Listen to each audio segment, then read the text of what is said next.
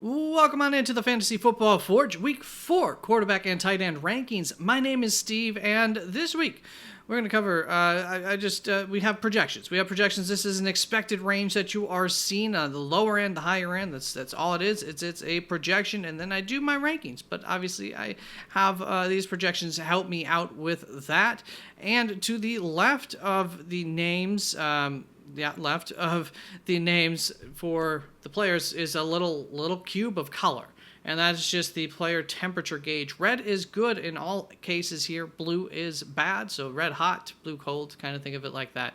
Nobody likes a cold shower every now and then, but white is neutral. So that is how that works, and the player temperature gauge is just taking a measure of some outside factors like the PFF grading of the player gets a little bit involved in there, as well as the Las Vegas odds and a couple of other numbers that I like to help you determine if factors are working towards this player having a boom game or a bust game is the best way to put it. So there we go. Last week, how did I do with my loves and my fades? Loves, fades, just like starts and sits. I did really good with the quarterbacks here.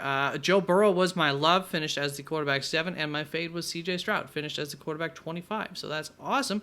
Let's move on to my first tier of quarterbacks. These are the guys who you are starting. There shouldn't be much of a question about it for one reason or another. And that starts off my quarterback 1, Josh Allen, followed by Lamar Jackson, Kyler Murray, Jaden Daniels, Jalen Hurts, CJ Stroud, Joe Burrow, Sam Darnold. So, I think these are your must starts. That's as simple as it goes. If you need me to explain any of this, let me know. I mean, I can go Sam Darnold going up against Green Bay. You could argue that Green Bay's been pretty good against quarterbacks. They've had a lot of turnovers, and that is true, but they've also played against Anthony Richardson and Will Levis. So I can't expect the rate that they've gotten turnovers at to continue.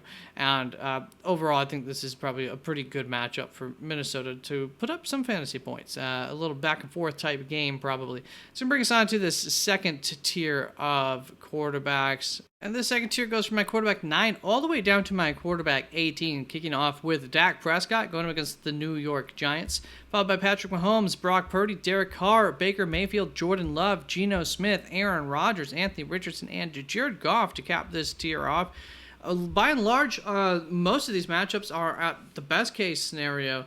Outside of like two of them, are on the poor side of average all the way down to being bad matchups here. So this tier, that's why you see guys like Anthony Richardson, Jared Goff kind of falling down in this tier. Pittsburgh, a very, very tough quarterback matchup. Jared Goff against Seattle, not one that I'm liking. I think Seattle matches up quite nicely against Detroit.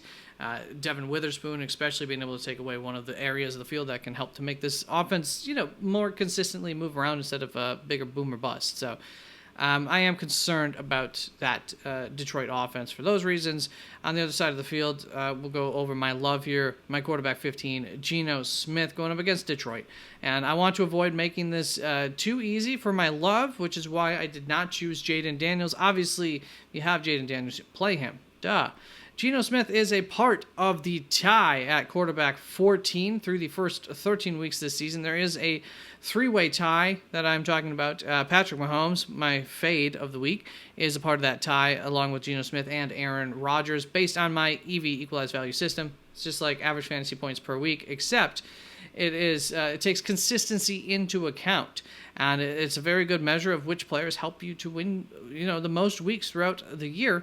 And you can get access to that if you wish to become a member of the channel. And I thank very much the members of the channel. Currently, it costs 99 cents to become a member, and then you get access to that information. And if you have trouble accessing that information, just reach on out to me at the FF Forge.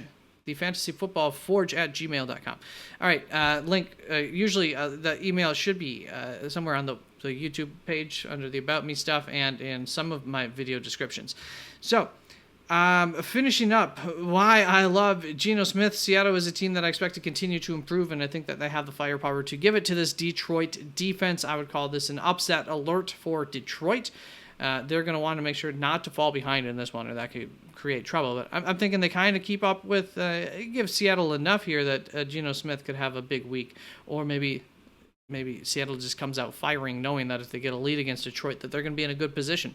And then my fade of the week, Patrick Mahomes, once again tied for quarterback 14 through the first 3 weeks. So the production hasn't quite been there, and I was tempted to put him lower, but we'll give him a little bit of faith. However, this matchup against the Los Angeles Chargers is not really a high upside type of matchup, especially for how this Kansas City offense plays, which is not explosive at all. So you have a limited amount of plays that Patrick Mahomes is going to be, getting opportunities with, and then you take those plays and it's a lot of low ADOT, non-explosive, low fantasy point creating type of plays on top of that this offense runs.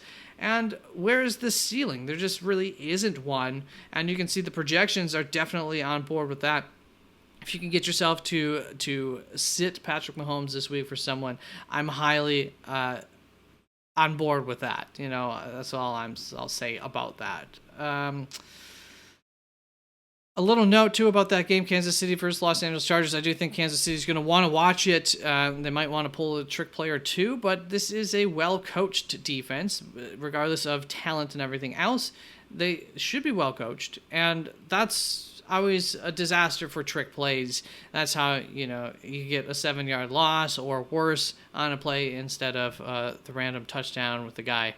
Defense totally just, getting caught off guard. So, those trick plays can have massive repercussions if they don't work out. So, Kansas City, I think just get into the trenches and play hard against this Los Angeles Chargers team. You still got the better talent overall. That's going to bring us on to the final tier. Well, no, second to final tier here. Caleb Williams, Andy Dalton, Justin Fields. At quarterback, really good matchup for Caleb Williams going up against the Los Angeles Chargers, but of course also very tough to trust him to take advantage of that, so that's what makes him down here. Andy Dalton going up against Cincinnati, actually like that matchup quite a bit there. As you can see, the gauge does too. Projections not quite there on him, kind of interesting. Might end up flipping those throughout the week. Justin Fields here is one of those guys you can always put out there for some high upside. Going up against Indianapolis, they don't absolutely scare me. Let's bring us on to this next little tier here. Quarterbacks 22 through 26. We got Daniel Jones, Trevor Lawrence, Kirk Cousins, Deshaun Watson, Matt Stafford. Matt Stafford going up against Chicago. I really don't like that matchup. Chicago, is pretty stout against the run. That's where the Los Angeles Rams are still, that offense is still the most productive there. And so that could cause some issues. I think it's a pretty nice matchup for this Chicago defense. If that offense can just not turn the ball over a million times, that could make it hard for Matt Stafford to produce well in fantasy. But, who knows? Could always produce. Daniel Jones going up against Dallas, really good matchup. Trevor Lawrence going up against Houston, very good matchup as well. Then we got Kirk Cousins in a little bit of a tougher matchup there. I just don't like the ceiling a whole lot. I think, skill-wise, floor is probably okay. And Deshaun Watson going up against Las Vegas. Actually not a super great matchup, but the projections really like him this week, so good for him. And then the final tier here, Gardner Minshew, Tyler Huntley, Bo Nix, Justin Herbert, Will Levis, Jacoby Brissett. Once again, just ask if you have any questions. Justin Herbert has an injury issue with him. I feel like I would probably have him ranked higher. So I think Justin Herbert would become my quarterback 24 if he is healthy and playing this week. So I will readjust that after filming, and you can find all of these rankings up on the website www.theFFForge.com. There's links down in the description to them. So keep that in mind if you want to go and view them and look at these a little bit closer. Let's move on to the tight end position. All right, I'm filming this video a second time because I wanted to make it quicker than the first recording, but I took a little bit long on the quarterbacks, so we'll run through these tight ends just a little bit faster. Starting off with my tight end one, with Brock Bowers and my first tier, I should say, of tight ends. Brock Bowers, Dallas Goedert, Jake Ferguson, Dalton Kincaid there. So while you look at those, you can see clearly via the projections, loving Jake Ferguson, Dallas Goedert, Brock Bowers so far based on what they've done and the matchup and everything else that goes into those projections. And Dalton Kincaid, I'm just putting in this tier coming off of a good week because, the tight end position sucks pretty quickly. So I felt he deserved more in this tier. Last week with my loves and my fades, how did I do? Well, for the love, I chose Dalton Schultz again for the second week in a row, and he failed me for the second week in a row. I should have gone with Dallas Goedert. For my fades, I chose Hunter Henry. So I went 1 of 2 here with my loves and my fades. I warned you not to chase the points with Hunter Henry, and with a tight end 39 finish, I hope that you listened. I do have him ranked higher than tight end 39 this week, however. So stay tuned for that. All right, so there you go. Brock Bowers, Dallas Goedert, Jake Ferguson, Dalton Kincaid, my top 4 tight ends. My next tier has, quite a bit of disappointment and still a lack of trust in Kyle Pitts, but my tight end 5 this week, Sam Laporta, he may not play. There is some injury concern there, and I do have some matchup concern against Seattle. Devin Witherspoon might match up against Sam Laporta sometimes, and that can make life hard, but still, it's where we're at with the tight end system, and I also think that more so, Devin Witherspoon should see a lot of Amon St. Brown, which might actually open things up for Sam Laporta on the other side of that argument. Travis Kelce, it's been very frustrating so far, but I'm sure that the rest of the season will be better than the first 3 weeks. But, him, Mark Andrews are going to continue to slide down further and further, but for now it's still only been 3 games. We'll give him a little bit of a chance, maybe. It's up to you. If you want to sit him, go right ahead. Kyle Pitts at my tight end 7, just giving a little bit of faith there. I think that's supposed to be a good matchup there as well against New Orleans. That's going to bring us on to this next tier of tight ends, going from my tight end 9 down to tight end 16. That is Zach Ertz at tight end 9. He is my love of the week. This offense, the Washington Commanders offense, found a groove on Monday, and they get a matchup against Arizona where they could definitely continue those good vibes. I think that Ertz has a good chance at a touchdown on top of his consistent floor, which puts him tied for my number 5 fantasy tight end on the season so far. That is via my equalized value system. I already gave you the pitch on that, I believe, in this video. Maybe it was in the previous one, and then there you go, freebie. But it's fantasy points scored on average per week, but consistency is accounted for with them, and that creates my equalized value. Cole Kmet is, there's a double asterisk here. It's not an injury issue. It is is Keenan Allen healthy or not? If Keenan Allen is healthy, I'm going to move Cole Kmet lower in my rankings. If Keenan Allen is not healthy, he's parked right here because I think that they eat from the same plate of target share. A similar plate of target share. There's a Venn diagram. There's an overlap there between the two of them. Mike Gesicki, Pat Freiermuth, Isaiah Likely, Noah Fant, Dalton Schultz, Colby Parkinson. Isaiah Likely's still sitting up here. He's actually running more routes and everything than Mark Andrews, but also down a little bit despite, some solid projections here because through 3 weeks, one big week at the tight end position is going to make your projections look good because that's the tight end position's flaky like that. So I'm still going to, Pat Gesicki going up against Carolina. I like the touchdown odds there. Pat Freiermuth, just always a solid enough start. And Noah Fant, I don't think too far behind there going against Detroit. I like that matchup. So you can see just a little bit less of a trustworthy floor for Noah Fant than like a Pat Freiermuth. So kind of stuck Isaiah Likely right in the middle there and then went with Noah. Dalton Schultz going up against Jacksonville. I actually like the matchup there, but, there hasn't been too much production so far this season. Colby Parkinson, same, but in a position where we know that he could just get 8 targets randomly. Not even randomly, but he could. All right, that's going to bring on the final tier here, starting off with Hunter Henry, who's my fade for the second week in a row, San Francisco.